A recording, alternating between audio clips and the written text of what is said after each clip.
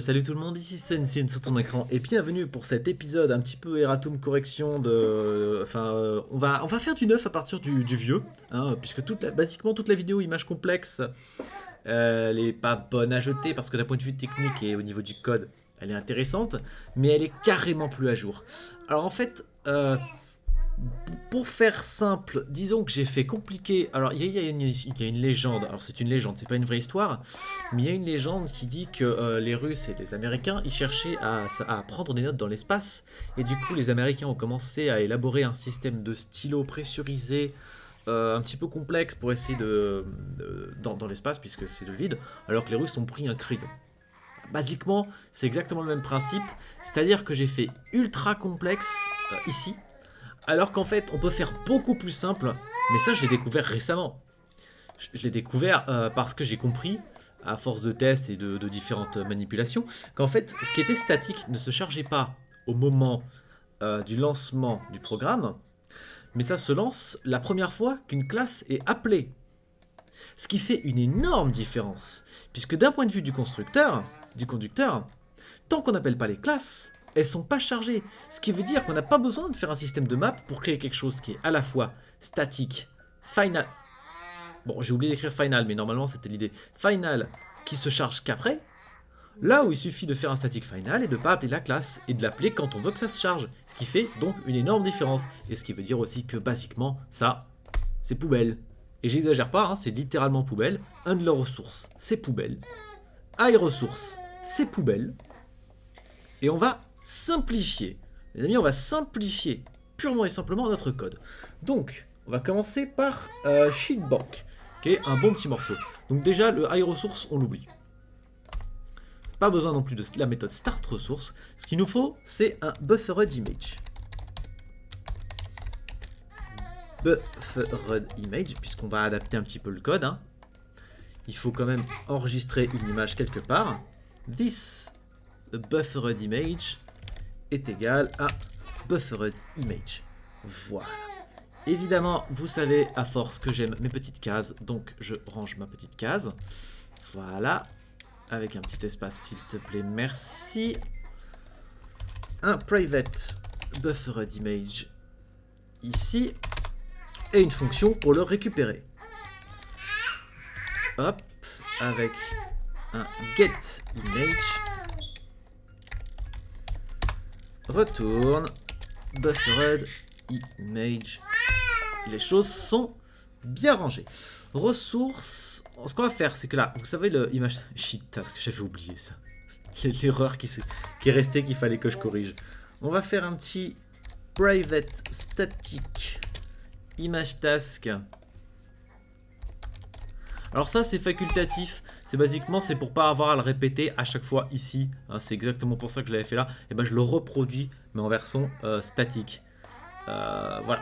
Et dernière chose, protected static final. Tout le blanc, tout ça. Hop, on supprime et on le met là-dedans.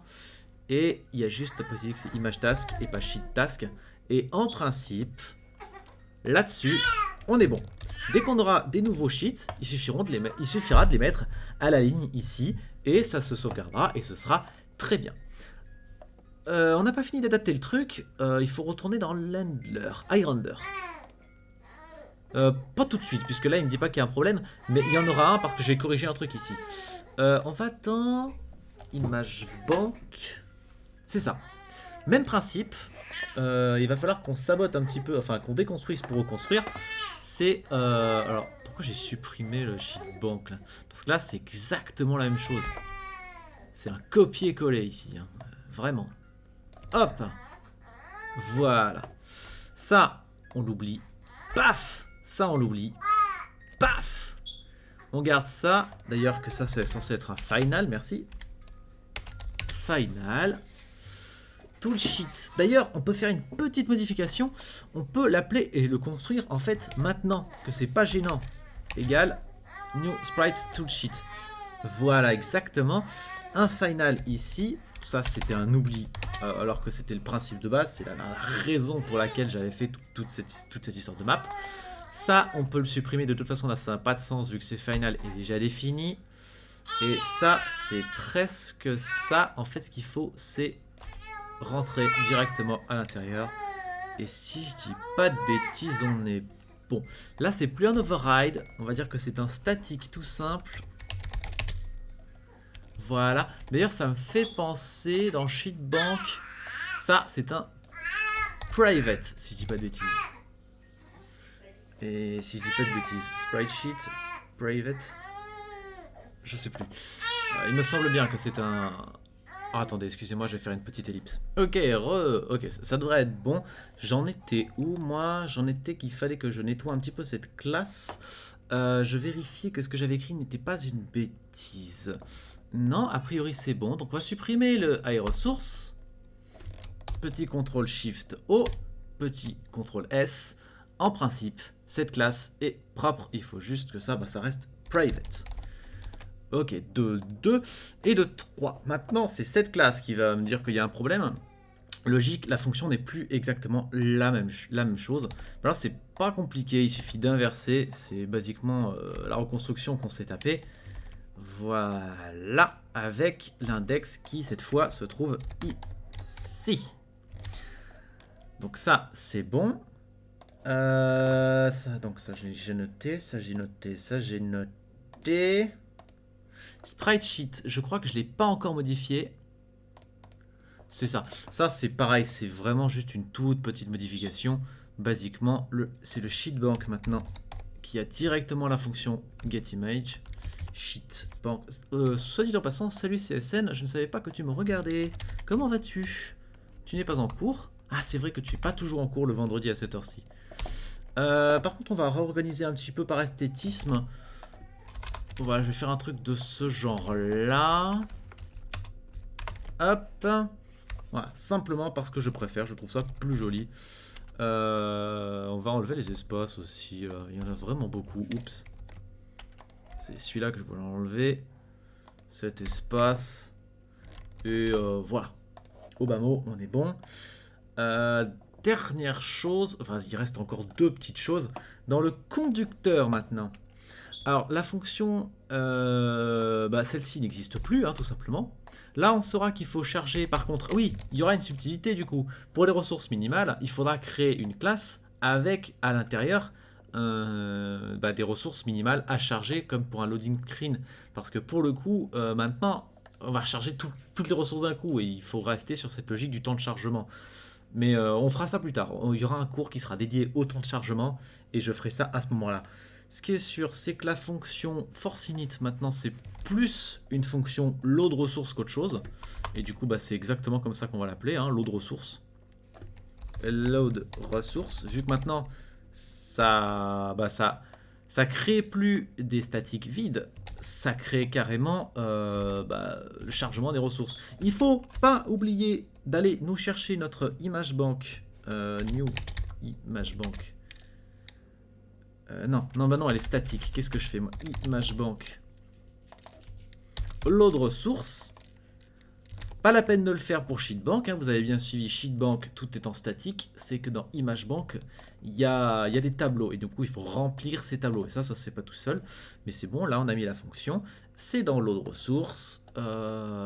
Ici, comme j'ai dit, il faudra rajouter une ligne pour dire qu'on charge le minimum syndical. Si je dis pas de bêtises, on est bon. Faut juste enlever l'import de handler ressources. Il y a un détail maintenant. Quand vous allez lancer le programme, vous aurez une erreur ici qui va se noter et qui va s'écrire not such method exception. Alors en fait, cette erreur, elle dit simplement, c'est dans forceInit en fait qu'on va régler ça. Util forceInit. En fait, c'est que concrètement, quand on appelle une classe et qu'on fait une nouvelle instance, donc c'est dans le conducteur que ça la demande. Nouvelle instance de Sheetbank ou de ImageBank qui ont tous les deux le même défaut, à savoir que le constructeur il est private, mais surtout il demande un paramètre. Paramètre qu'on ne précise pas dans la méthode. Mais en vrai, c'est pas gênant parce que de toute façon, ça fonctionne quand même. Le fait d'avoir appelé la méthode, le fait d'avoir tenté d'appeler la méthode, ça envoie quand même l'info et ça charge les statiques. Et du coup, ce qu'on va faire, c'est simplement une exception. Alors ça, c'est un copier-coller tout bête. Je vais pas chercher plus loin. C'est simplement une exception qui dit « T'inquiète Polo, note cette méthode d'exception, m'imprimes pas l'erreur parce que de toute façon, voilà, ça fonctionne quand même, c'est exactement ce que j'ai écrit, c'est pas un problème, ça marche. Démonstration, il faut juste pas que je me trompe de programme. Tuto, 1, 2, 3, 4, 5. Vous voyez que j'ai quand même mes images, tout fonctionne exactement de la même façon, et le code est presque 10 fois plus simple. Voilà, alors avant de se quitter cet épisode, j'avais 4 petites corrections à faire. Image bank, ça c'est fait, ça c'est fait. Image task, ok, petite correction de pas grand chose. Alors ça c'est pas le bon, c'est celui de mon vrai code. Il faut que j'ouvre celui du faux code, le code tuto. Image bank, non c'est image task. Image task, voilà. On va inverser path zero et path. En fait, parce que quand on appelle la méthode, de base il écrit path zero, ce qui est assez confusant.